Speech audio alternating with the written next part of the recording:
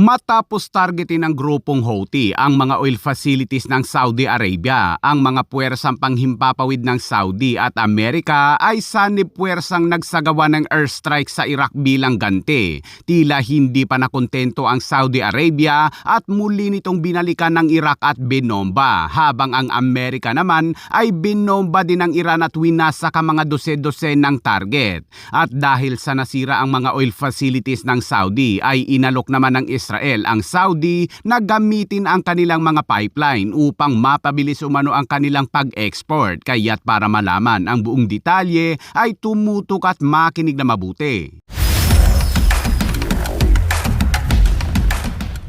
Bayanon, Sadiron. Sa update sa patuloy na gyera sa Yemen ay patuloy pa rin ang sagupaan ng mga militar ng Yemen kontra Houthi. Mula sa itaas ng kabundukan ay pinapaulanan ng bala ng Houthi ang Yemeni Armed Forces na nakaposisyon sa kabilang bundok gamit ang mga machine gun at mortar nito.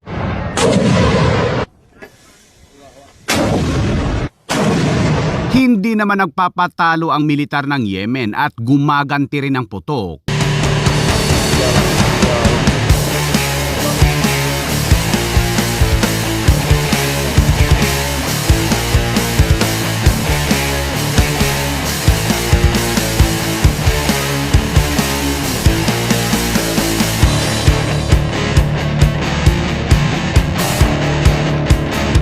Hanggang sa gumamit ni sila ng puwersang panghimpapawid laban sa mga Houthi.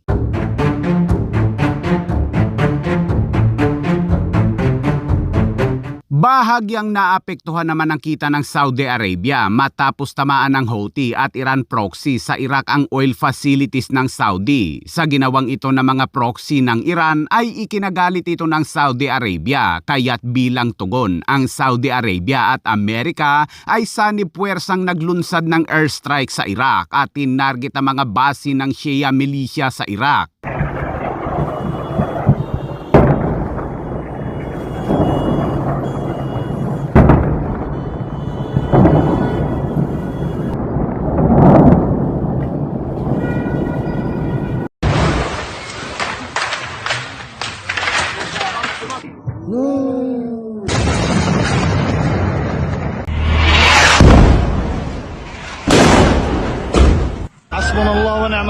Kita ang mga pagsabog sa Iraq at ayon sa report ay 6 na mga lugar sa Iraq ang kanilang binomba, ang Nineveh, Wasit, Kirkuk, Karbala, Diyala at Basra Governorate sa Iraq. Gabi nang umatake ang Amerika at Saudi at nang lumiwanag na ay kita ang mga pinsalang natamo ng Iran proxy at ayon sa report ay 20 ang kumpirmadong nasawi at 32 naman ang lubhang nasugatan. Ayon pa sa Saudi Arabia ay karapatan umano nilang gumante dahil sa pakikialam ng Iranian proxy na nakabase sa Iraq, habang ayon naman sa US Central Command ay kanila umano itong gante sa ginawang surprise attack ng Iran kung saan naglunsad ito ng mga missile strike sa base militar ng Amerika sa Jordan. Sa isang footage ay makikita ang salpukan ng mga ballistic missiles ng Iran laban sa air defense system ng Amerika at ayon sa CENTCOM, lahat ng ballistic missiles ng Iran ay na-intercept, pero ayon sa report ng Al Jazeera ay may 3 umanong nakalusot.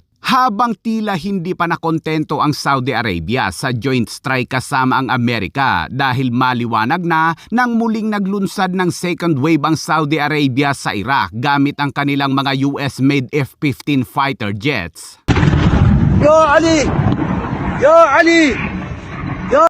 Habang agad namang inilibing ang mga nasawi dahil sa airstrike ng Amerika at Saudi Arabia at marami ring mga taga-suporta ng milisya ang nagalit sa Amerika at Saudi at sa matinding galit ni Tatang abay nagpaputok pa nga.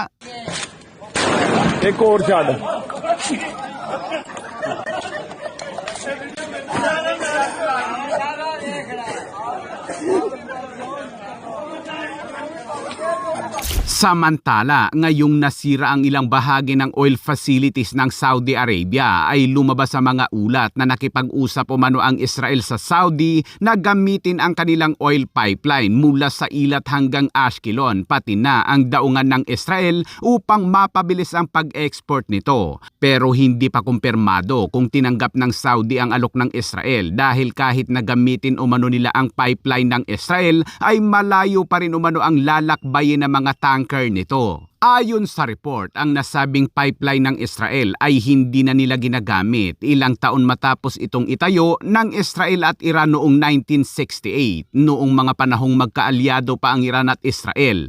Noong siya, Mohammad Reza Pahlavi pa ang hari ng Iran, ngunit natapos sa magandang relasyon ng dalawang bansa nang sakupin ng rehimeng Islam ang Iran.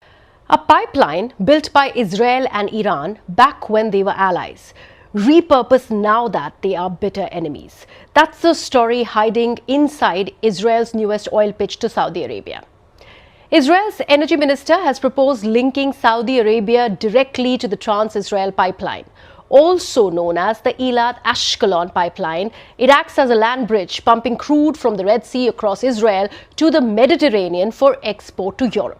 Samantala, kakapasok na balita kaninang umaga mga kabayan matapos ang retaliatory strike ng Saudi Arabia at Amerika sa Iraq. Sinabi ng US Central Command na muli silang naglunsad ng airstrike sa Iran kagabi at sinira ang dose-dose ng pasilidad ng IRGC. Mula sa aircraft carrier na Abraham Lincoln ay pinakawalan ang dose-dose ng mga fighter jets ng Amerika.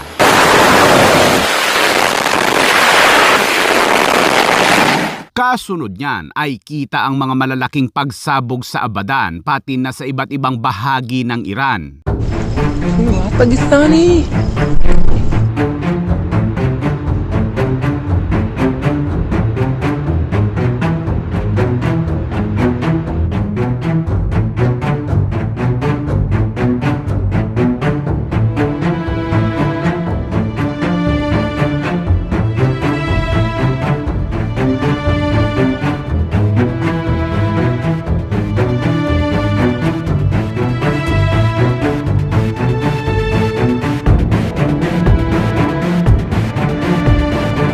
Kitang binubungkal naman ng mga residente ang isa umanong residential area na ito na tinamaan daw ng hinihinalang ATACMS ng Amerika.